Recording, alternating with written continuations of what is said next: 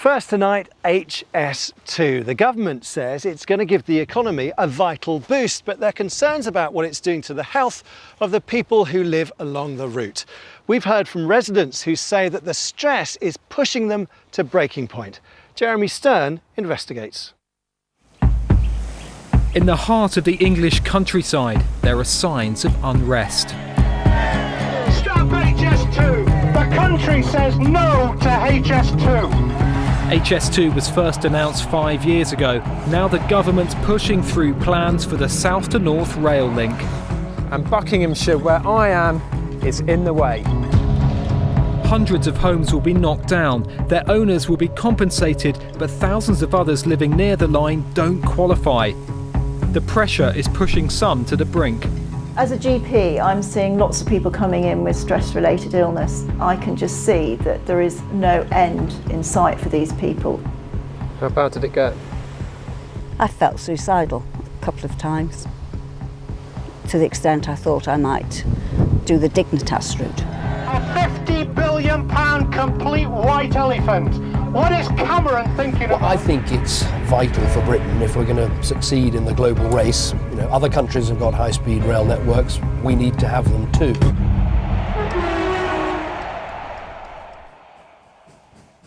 Our rail network developed in Victorian times, and it hasn't changed much over the years. The government says HS2 will revolutionise UK travel, whisking passengers from London to Birmingham in 49 minutes. Trains will pass through Buckinghamshire, but won't stop there. That's one of the reasons why many people don't see any benefit. Whatever you do, don't start arguing back. Protesters have got together in Aylesbury for what they're calling an HS2 summit.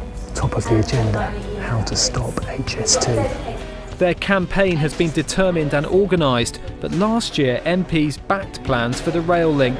HS2 has destroyed our lives because day in and day out we live with this. It's just going to go flying straight past. It's not going to make any difference to me because I've got to go into London before I can go up to the north, all the rest of it. There is such distress being caused, especially among elderly people, for whom this is going to be a life sentence. They're not going to see the completion of this project.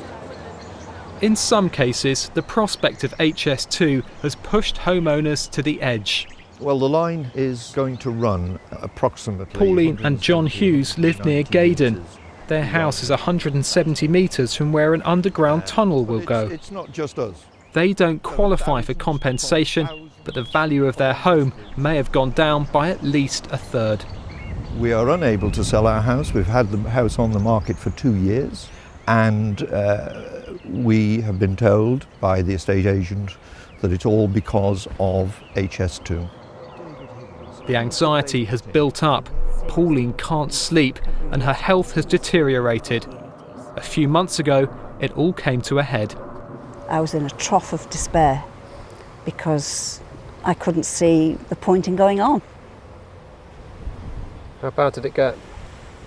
I felt suicidal a couple of times, to the extent I thought I might do the Dignitas route.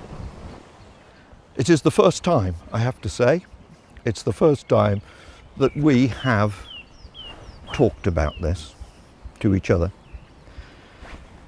about how depressing the future is. And yes, suicidal has entered my head as well, seriously entered. Pauline's case is extreme, and the extent to which her poor health can be directly connected to HS2 is open to question. But she's one of many people I've spoken to who say that they think far more could have been done to help them cope with stress caused by HS2. This house has been home to the Shanks family for more than 20 years. They say it's more than just a place to live, it's a connection to their father and husband, Paul, who died 7 years ago. He didn't have many clothes and silly things like that, so we don't have any of his jackets or like his watch or his wedding ring or anything. It's kind of just the house. This is it. It's kind of like our safe spot. Yeah. 4 of Casey Kimmy's siblings are autistic, including Laurie Laney. I don't deal with change very well, so I'm autistic, and autism is connected almost with depression and anxiety. The government's buying some of the family's land to make way for the line, but the exact size of the construction site isn't yet known. It's possible the family home will need to be demolished. I can't describe just how difficult I'm going to find it. I don't even like thinking about it because it makes me want to cry because I can't understand. I don't get change. Yeah, big word. Oh God, I don't want it to happen. I can't let go. I don't know how to. So I'm finding this quite difficult. You asking the question is kind of bringing up the fact that it's going to happen. It does raise anxiety. It does raise the depression. The biggest worry for me is the vibration. If the house is knocked down, the family will be financially compensated. But Mum Vicky says the children's health is her priority. I wouldn't blame HS2, but HS2 has definitely exacerbated what was already a very bad situation. And certainly the children, you know, so many of them are in therapy and on antidepressants, and I truly believe they would not be in the situation they're in now and as anxious and as stressed as they are now without HS2, because they would be settled and secure here, and they would know that they were going to stay settled and secure here. The Shanks family is particularly vulnerable, but I want to know just how far-reaching the problem of HS2 stress has become. Kate Barnes is a GP in Great Missenden.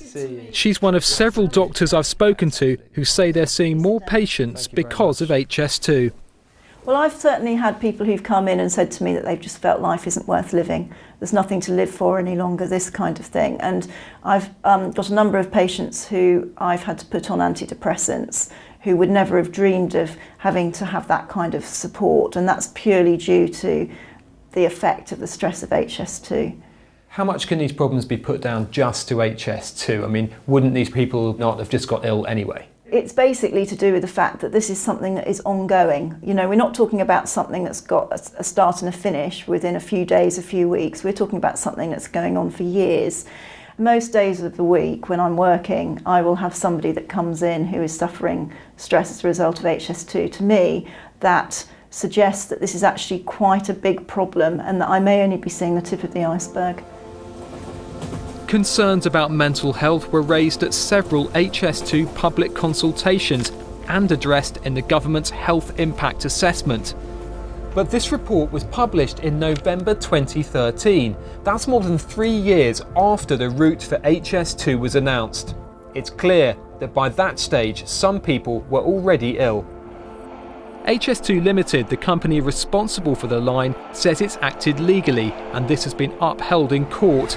Our request for an interview was declined, but we were sent a statement. HS2 will bring real economic benefits for communities up and down the country. However, alongside that, we do recognise the impact on people living close to the line. The government is offering a generous compensation package. We urge anyone who has a concern to call our help desk on 0207 944 4908 or go through our website hs2.org.uk.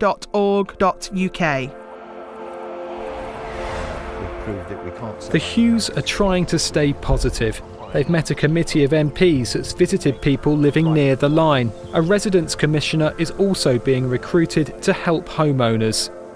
Pauline and John have both now seen their doctor, but like many others, they don't find it easy to ask for support. We're wartime babies. We haven't been brought up to think in terms of you've got to go and seek help, you've got to go and seek therapy, you've got to go and seek a psychiatrist and so on. We've been told you've got to get on with it. You're finding it hard? Yeah.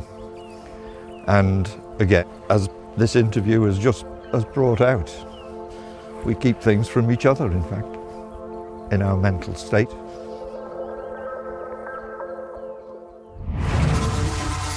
Jeremy Stern reporting there. As ever, love to hear your thoughts on that one. john.cuthill@bbc.co.uk is our email address.